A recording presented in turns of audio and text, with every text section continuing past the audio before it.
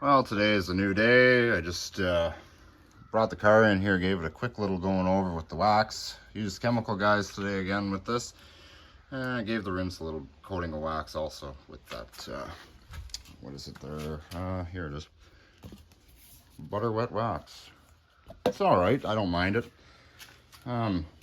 Easy formula, wipe on, wipe off. Doesn't seem to smear and smudge all that much, but I notice on warmer, humid days, even in the shop, it can kind of, be a little difficult to wipe off. But nonetheless, it's not too bad. I did the windows, windshield and back window. I didn't do the side windows this time. I got to re-wipe them. There's some smudge on it from the last time. But so still no center caps for these. They're starting to grow on me. I was thinking, they might be a little too much. I took the center caps out. Mainly because it's not a Mustang, right? I was hoping that the old ones here would fit, but they don't.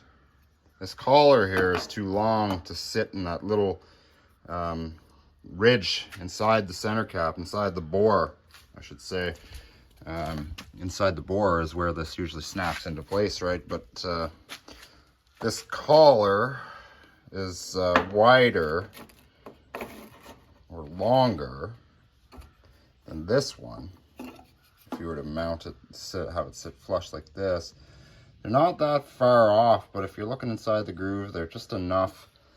Part numbers are different. There's a whole pile of numbers on here. Actually, it's hard to tell which is which and what number is what.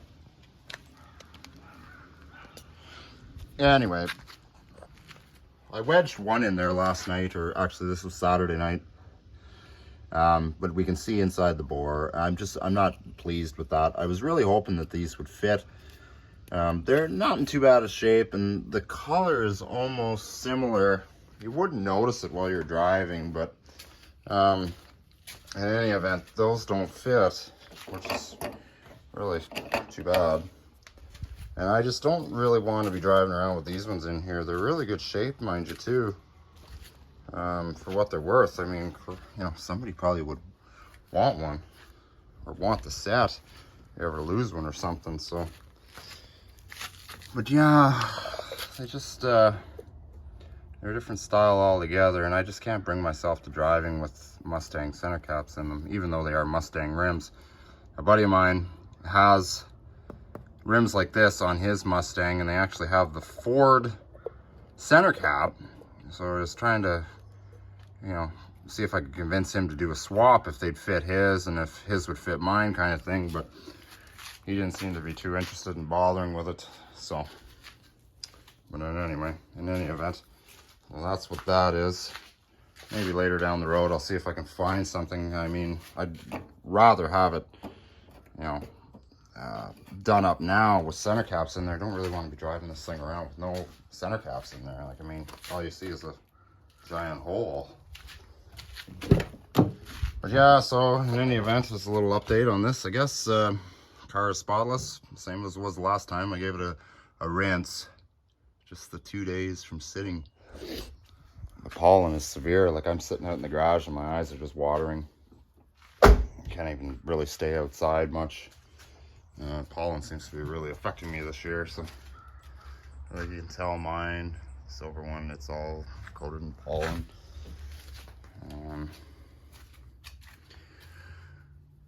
Yeah. So standing from the back of the car, you can kind of tell how much overlap you have sticking out the side there. You can see the front one. I mean, it gives it a sporty look. I mean, I guess in a way, I was worried that it might look a little too much. I still am kind of leaning on that. I mean, the tires are nice and wide, though. I imagine this thing will it might handle, a little better. Who knows? I don't know.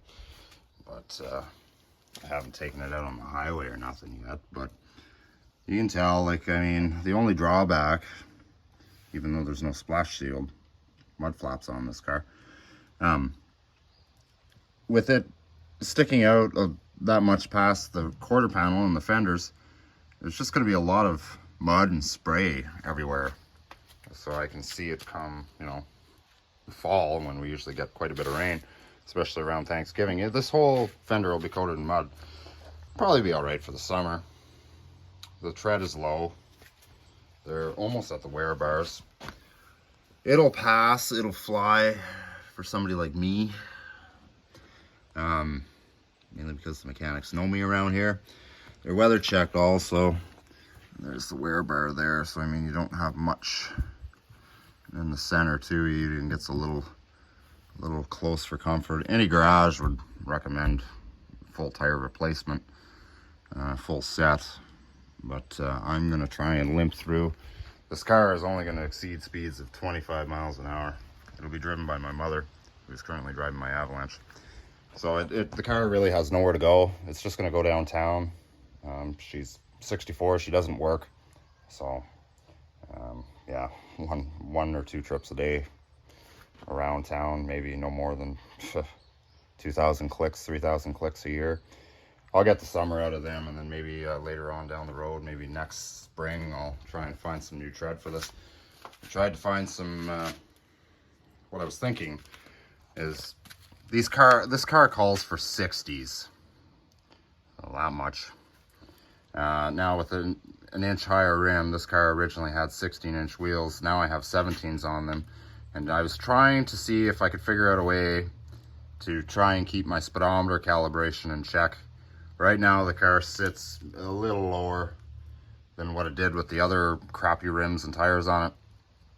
But I was thinking maybe going up with 55s. I don't know, maybe that would give me a half inch or an inch. I don't even know.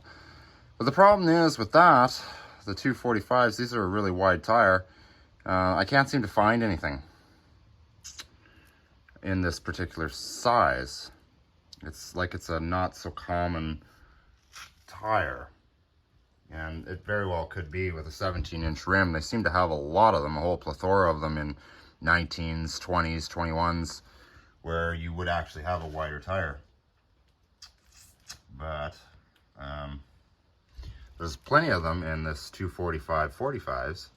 The thing is, I want to go a little bigger, try and keep my speedometer and odometer calibration in check, but I'm sure I'll find something. The speedometer might not even be that far off. It'll probably be off a little bit, but like I say, for the amount of driving, it'll probably be fine. You'll get away with it. They're a really nice tire. Like, I mean, Yokohama's. I think that's kind of what I got. That's Avid Touring is what's on mine. They seem to be all right. I mean, their headquarters is in Japan, but they were made in the USA. So I mean, I guess kind of, technically you did put American tires on an American car. But in any event, so I'm hoping that this will fare out for me. Rims are in good shape. I mean, there is some scratches on one of them. I think these ones are okay. There's a reason why I popped that. This one here almost looks like it's dull. I don't know, like it might have been painted before. It feels smooth, but it just has a different appearance to the other ones. So I'm not sure if maybe somebody painted that one. Like this one has a nice layer of clear on it, and you can tell it's got a nice shine to it. But this one here just looks a little different. Probably could buff it, no doubt, but I just, you know, it looks good enough. And, you know, there's a lot of people that wouldn't even notice. And the reason why I popped this, that's right. Now, so we got a made in China exhaust manifold, right hand side. We got a gasket and only 2 bolts with nuts. Kind of sucks. I'm not going to do this exhaust manifold job because I got no time to do it. So I have a garage up the road that's going to do it for me. And he's a kind of a Ford guy anyway, so he might as well do it. I was going to do it myself, but the problem is that I have torches. Acetylene tanks are empty. I don't feel like ordering 2 tanks of oxy and acetylene and just for it to sit. So, you know, I'd rather just pay somebody to do it, and rather than spend $350 on acetylene and then do the work, and then it just sits and sits and sits. So, because, you know, probably for $350 I'll have this exhaust manifold done. Never have to worry about it again. Yeah, not much else to say about it. I mean, all cleaned up. Door code is programmed. So like I say, this is going to be kind of technically the business loaner, and the vehicle that I used before for this was the 2010 Elantra, and my mother drove it, and I got rid of it because it was becoming hard to start. The transmission always slipped horribly in it. It was just time to let it go. So I wanted to go back to American. I don't have any imports at all anymore. The Volkswagen's gone. I don't even have any Chrysler. Well, we got the Chargers, I guess.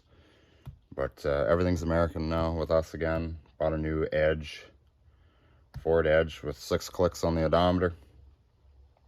I've been driving the silver Crown Vic, and then I have this one here too. So, yeah, I just didn't see the need for keeping all these 4-cylinders around, even with the price of gasoline. I never go anywhere anymore. They were helpful when I was rambling the roads, working the highways, but I don't work for the highways anymore, and there's a good chance I'll never will. Too many nights, hotel room scenes and all that crap. I didn't care for it anymore, so I like a job where I'm home at 5 o'clock every night.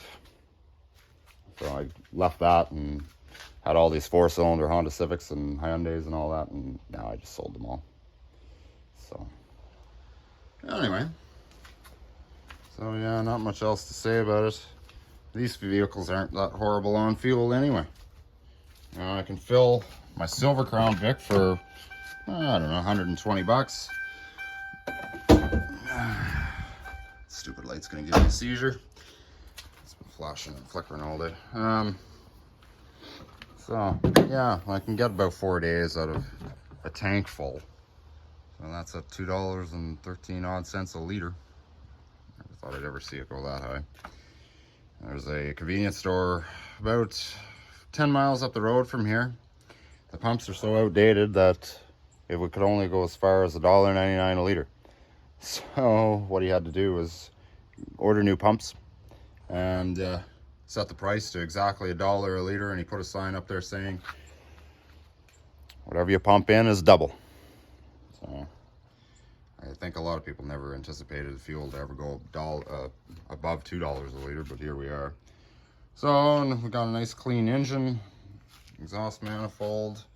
It's got to get replaced, and all this air conditioning hardware is, you know, in the way and whatnot, but it's not horrible.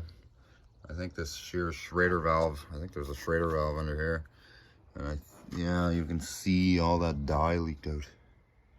You can see that this is where it's been leaking. Now, I don't know if it's the valve that's bad or if there's a crack. There might be a crack.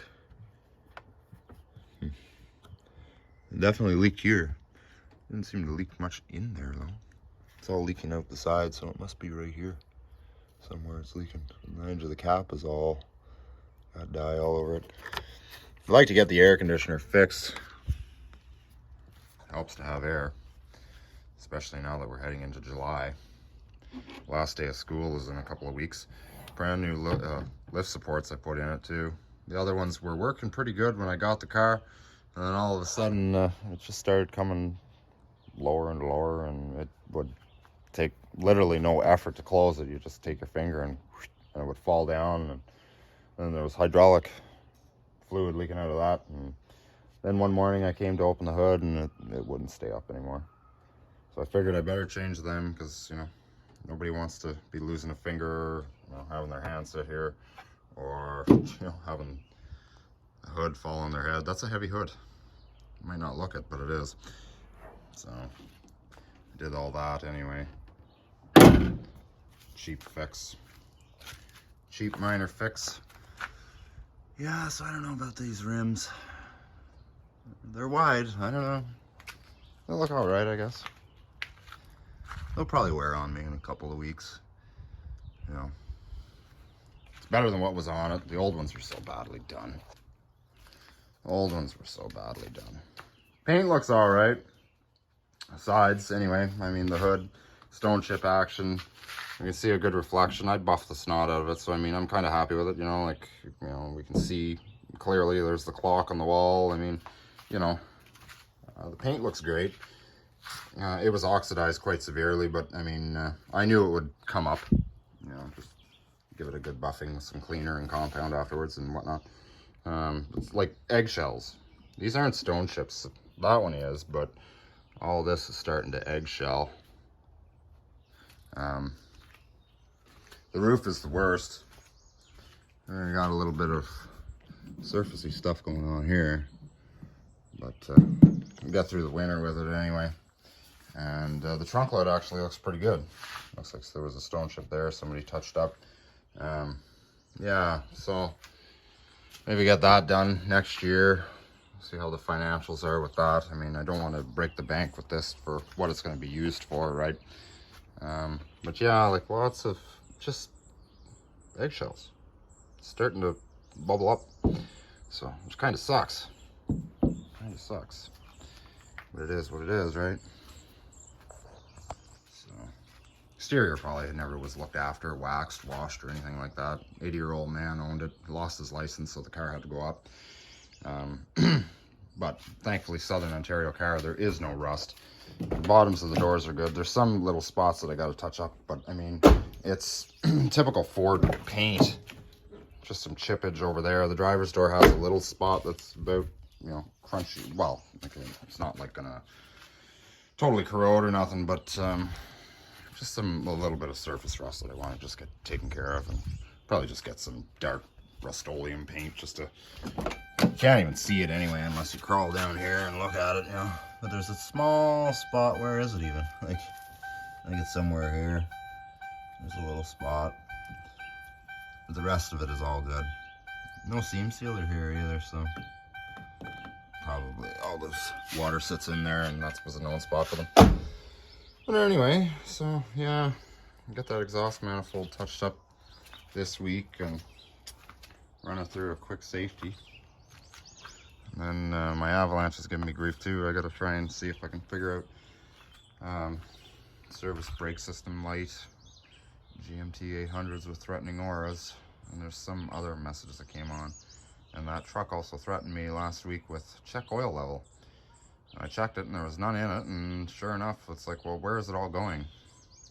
I don't know if it's burning it or it has a leak in it or what. So, and the power steering leaks in it too, so that's just a winter truck to me anyway. So yeah, not much else to say about it. I can't wait to actually take this car out for a drive. Here I am doing all this work and I'm giving it to my mother, but I mean, I'd like to take it, you know, out on the highway once. I drove this back from far end to St. Catharines. I mean, it was a long, long day, but it ran great. Ran great. Just the exhaust leak, but we didn't get stopped. And we didn't blow out any tires or nothing like that, so considering the other ones were severely weather checked on the sidewall. Kind of took a gamble driving that thing home, but we made it. So in any event, we'll see how it goes with the rest of us later on down the road, and hopefully start enjoying it. Now we got 2 Crown Victorias, 2 Panther cars. I always wanted one, and now I have 2. So who knows, I'll probably even get another one yet.